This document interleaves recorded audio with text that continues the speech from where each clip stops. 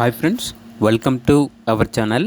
ఈరోజు మీకోసం German shepherd dog అనేది అమ్మకానికైతే తీసుకురావటం జరిగింది. ఓన్లీ వన్ ఫీమేల్ డాగ్ అమ్మకానికైతే ఉంది. డాగ్ యొక్క ఏజ్ వచ్చేసి 1 year 8 months. Vaccination up to date complete అయ్యాయి. అంతేకాకుండా చాలా యాక్టివ్గా ఉంటుంది. ఎటువంటి హెల్త్ ప్రాబ్లమ్స్ అనేవి ఏమీ లేవు.